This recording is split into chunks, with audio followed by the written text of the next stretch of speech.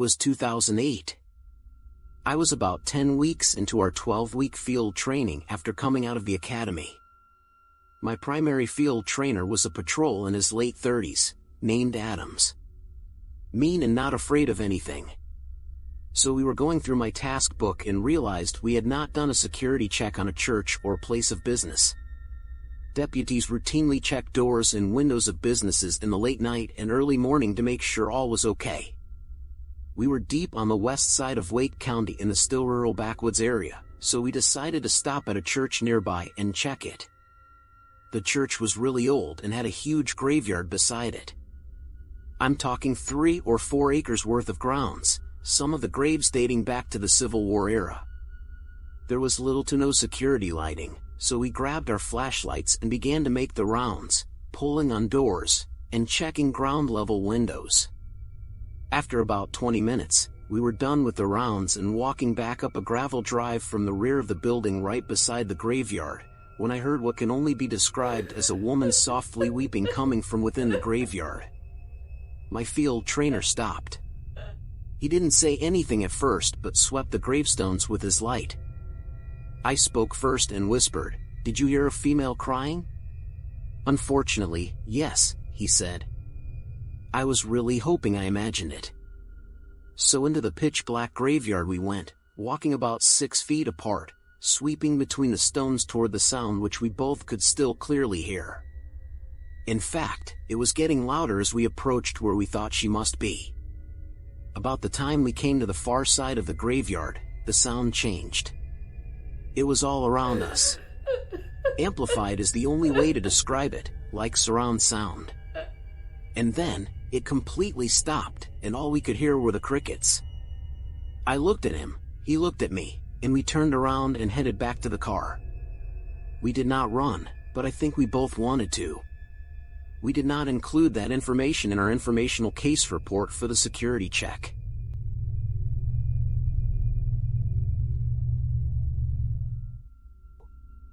Former paramedic responded with police and fire to a report of a man down on the side of the railroad tracks in a wooded area about 500 yards from the nearest access road.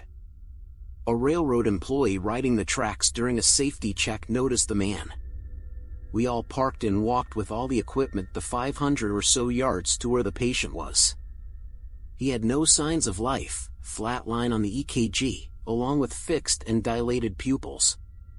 Do a little more checking, and he has no visible signs of any type of trauma. The body is not cold yet, and there isn't rigor mortis yet, so he hasn't been dead too long. We don't see any track marks where he would have shot up and overdosed and feel no broken bones. The guy from the railroad said a train hadn't passed in the last 8 hours. We search the area and find a makeshift campsite where the guy apparently was living and find no medications or anything out the ordinary. We are not too far from an area where everyone believes is haunted. Even though all of us on the scene knew about the rumors, none of us had actually seen it or had proof. It's dark, and we were all waiting around for the funeral home to show up and bring the body to the morgue for an autopsy. Then something spooky happened. A few of us heard what sounded like people whispering, but it wasn't from any specific direction. A couple of the guys didn't hear it and thought we were trying to mess with them. Then the whispering noises stopped, and the people on scene that hadn't heard the whispering started hearing what they all described as children laughing wickedly. But it was all over, not from any specific direction. Those of us that had heard the whispering never heard the new noise. This went on for about 10 to 15 minutes while we're standing next to the corpse. Police officers on the scene told the dispatcher to tell the funeral home to step it up and get out there ASAP. We helped them load the body and got out of there. The next afternoon, we went to the morgue to speak with the coroner and find out the cause of death. The first thing the coroner asked us was why did we clean the body? Me and my partner looked at him kinda strange and asked what he was talking about. He said it must have been a very bloody scene, so we told him there was no blood anywhere around the scene, and then he turned a little pale and said that just added to the confusion, because the body had absolutely no blood in it whatsoever. And there were no marks anywhere on him where blood could have been drained out.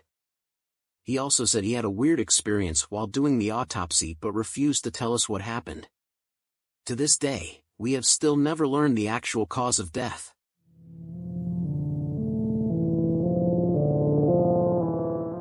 One evening about 8 years ago, it was pouring outside, and we got a call from an elderly woman. She called in and said that she was hearing footsteps in her house, and she thought there was a ghost inside because she regularly heard the sound of someone walking upstairs, even though she lived alone.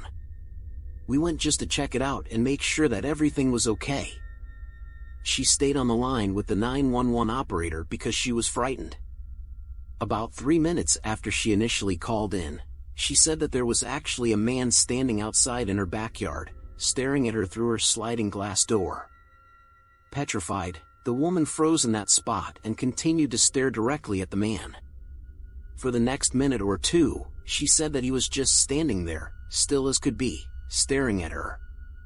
Eventually, the man slunk off out of sight. When we arrived about 12 minutes after the call first came in, we went to the front door. I remained in the foyer with the woman, and the other officer went to the backyard to see if the man was still hiding out or if there were any traces of him. I spoke with her for several minutes until the other officer returned. He said there was no trace of anyone having been in the backyard. We set off to do a quick sweep before we left to make sure the house was all clear. In her living room, we discovered a trail of mud and footprints inside the house. I asked the woman if she had been outside at all that day or if anyone had been over to visit her. She said no, that she lived alone, and that no one had come by to visit. The woman had very poor eyesight and was hard of hearing. The woman had seen the man's reflection and mistakenly thought he was in front of her, on the other side of the glass, in her backyard. In reality, he had been standing only a few feet behind her in the same room while she had been talking to 911. Nothing was taken, broken, or out of place, so we don't know what his intentions were. Who knows what would have happened had she not stayed on the line with the operator.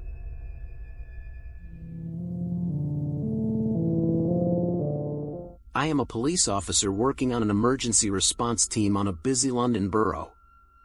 We took a call to a suspected domestic incident in a block of flats.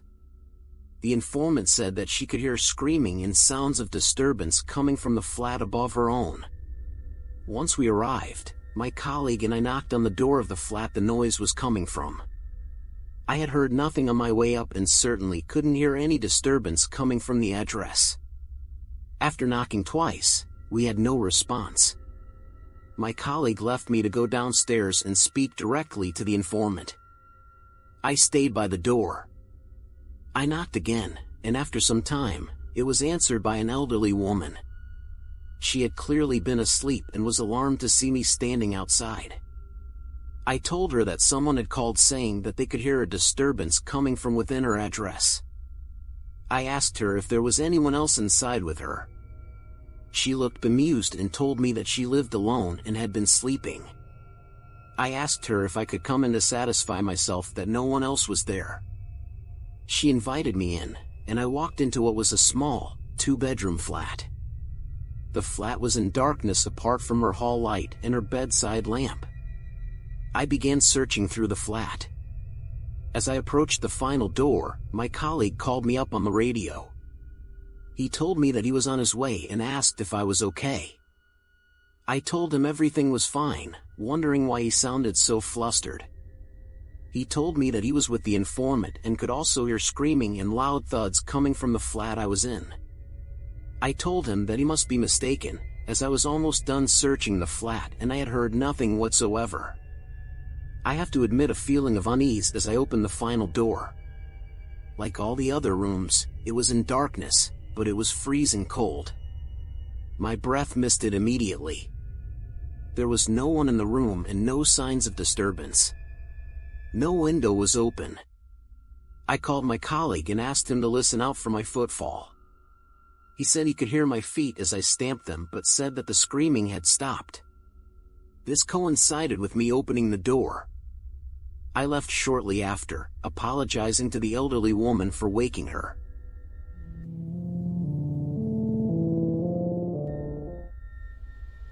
I was working night shift in a small town and received a call to the hospital. The call was from the lone security guard on site who didn't feel comfortable dealing with this on his own. The call was dispatched as urgent assistance. On arrival to the hospital, the guard stated to me that nursing staff had heard what they referred to as blood-curdling screams coming out of the then-closed psychiatric unit. There were no patients or staff in the unit at the time. The door to the unit was a clear glass door, and there was nothing visible on the other side. I requested the keys to unlock the door. I turned the key in the door and unlocked the deadbolt, but before I was able to remove the keys from the door, something forced the lock and relocked the door, resulting in my hand, still holding the key, to be physically moved as well. I was pretty creeped out myself, but based on the severity of the call, I still entered the room and conducted a search of the entire unit with no result.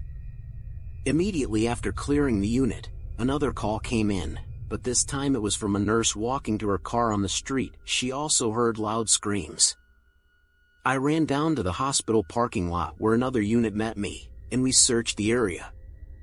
I then came across a small park and could hear a very faint squeaking sound. I followed the sound, only to come across a swing set of 4 swings.